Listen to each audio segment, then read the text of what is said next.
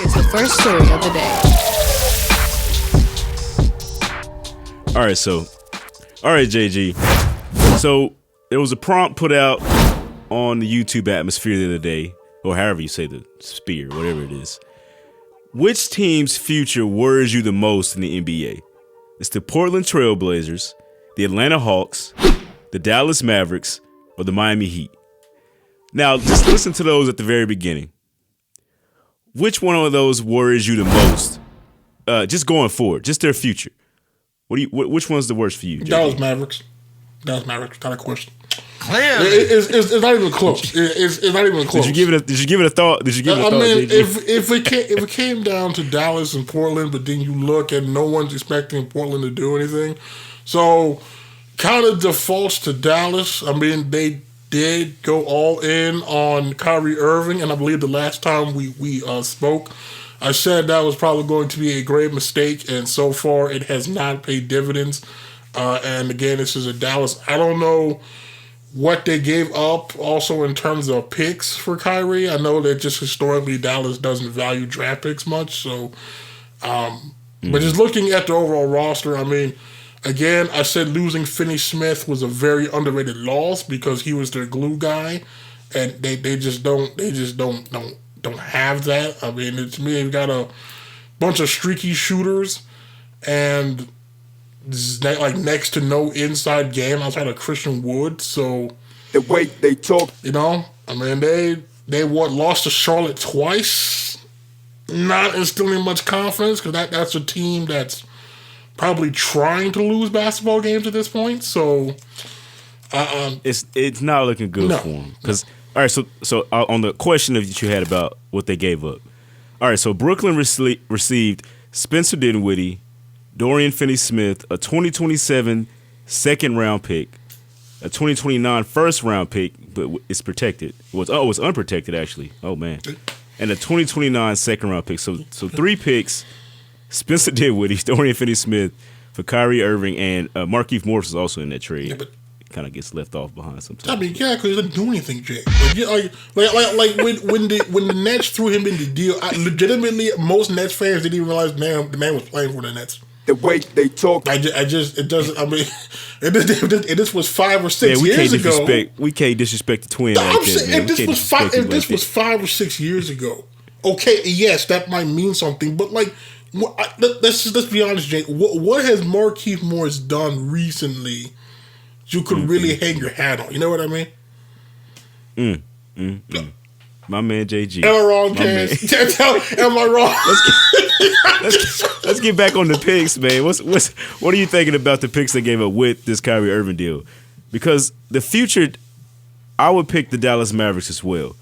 Because I think they have, outside of the Miami Heat, you could argue they were expecting a lot more. But the Dallas Mavericks were expecting a lot when they made this trade, especially because Kyrie Irving coming over is a superstar talent. You pair him with Luka Doncic, who's a superstar talent, and you kind of have this champion and young guy and kind of try to mold them together and see if he can teach, Kyrie Irving can teach Luka how to be great in the playoffs. Now, the Mavericks already went to the Western Conference Finals without Kyrie, but you also had Jalen Brunson. So getting this trade in, everything was supposed to be like an upgrade from that team that they had. And it hasn't looked like that. And the bad part about, I think the worst part of all this is Kyrie Irving could be gone after this season. He's only on contract for one more year at $38 million. All that could be very, very bad. And you give up these picks that we just talked about, JG. Now that you know all the details of it, 3 picks as well. I mean, just the entire thing altogether, how bad is this, man? How bad is this for Dallas? Especially if they don't make the playoffs. They still have a chance, but if they don't make it, man, that's pretty bad, man. I mean, they could use the cop out. Oh, well, we was hurt. Kyrie was hurt, and then Luka was hurt, and they never got the chemistry down. But if we're being honest, this was doomed to fail. It was doomed to fail from the start. Again, Mark Cuban, you got to appreciate the man, right? Luka comes and says, hey, I need help. He goes out and gets, I guess, who was the best player available on the market. But like someone had pointed out to me, since Kyrie has left Cleveland, what positive impact has he had on the franchise? And you got to think, like in Boston, it wasn't as bad as his tenure in Brooklyn was, but it also wasn't, I think, what they had hoped.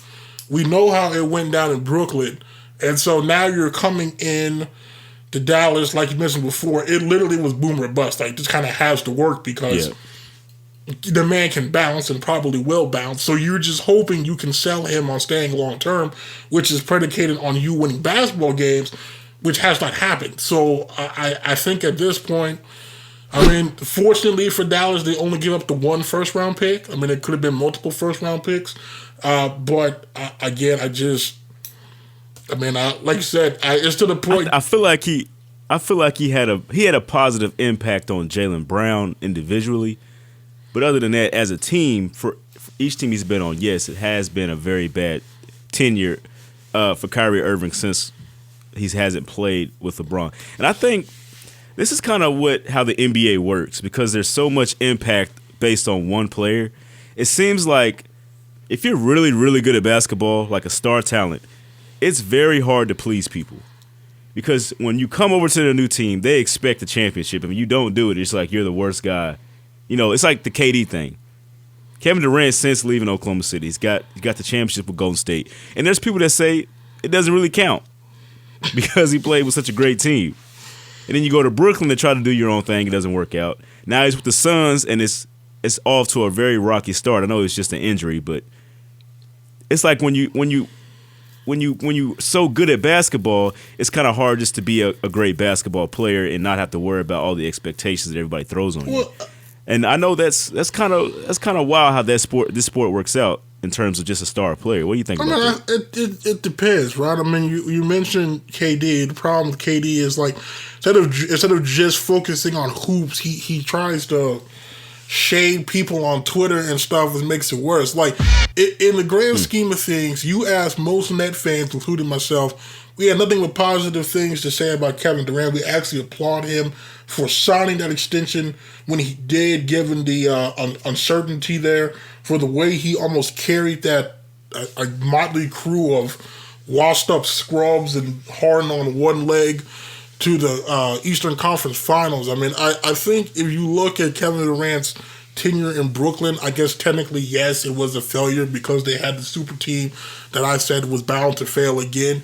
But I thought from an on-the-court standpoint, a basketball standpoint, like, there wasn't much more the man could have done in Brooklyn. Like, he was still playing at a all-NBA, all-star level. It just didn't work. I mean, for a variety of reasons, some of which was out of his control, some of which, like having Steve Nash as a coach, that was kind of on him because he pushed for it.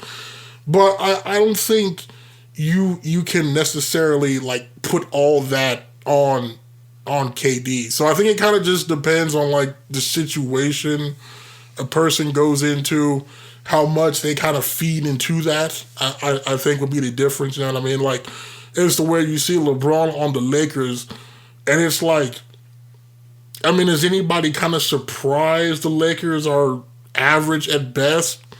No. But I also feel like LeBron doesn't kind of egg that on too. You know what I mean? It's like, yeah, after the trades they made, they're a lot better team now. And it's just, I feel like they're surprised where they are right now. Even though LeBron has been out with an injury, I still think they're better. Yeah, but I mean, but you got to admit, like, that they got a whole lot deeper and they got a whole lot more depth after the trade than what they had before too. So to me, it's like, I mean, to me that trade really, like, I want to say it re-energized the team, but, like, it definitely gave Darvin Ham more pieces to, you know, actually coach, as opposed to, like, I feel like it was like 8 guys really. I mean, so, but yeah, I mean, like, because couldn't you technically say the same thing with, like, the Clippers too, right? It's like, you get Paul George, you get Kawhi, you know, you got Tyronn Lue as your coach. I think you're expecting, right, great. You are expecting a lot more. You see what I'm saying? But, like, I feel like they go under the radar just because Paul George, Kawhi, and the whole franchise is kind of low key, you know what I mean? So it kind of goes under the radar.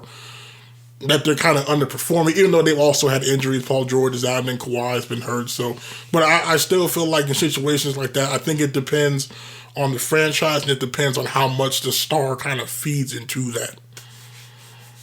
Yeah, I can see that. So let's look at the other three teams that we named.